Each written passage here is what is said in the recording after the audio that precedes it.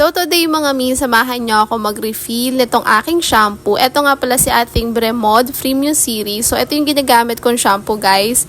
Para sa akin maganda tong shampoo na to kasi nga malambot siya sa buhok ko. Syempre iba-iba naman tayo ng type ng hair. So sa akin effective naman siya. So kung hindi sa inyo, ganun talaga, iba-iba talaga tayo mga mi. So eto nga mga mi, this year ko lang nalaman na meron na palang ganito si Bremod, yung nare-refill ba. Kasi guys, dati bumibili ako ng ganito, yung may lagayan ba? So medyo pricey siya talaga kung tutuusin. Buti na lang may paganito na si Bremod kasi mas makakatipid nga ako. And syempre, yun nga, masisave ko na rin yung mga lagayan para hindi ako bili ng lagayan. Kasi nasasayang lang siya mga mimisan, tinatapon ko lang. So eto, maganda to kasi nire-refill na rin siya.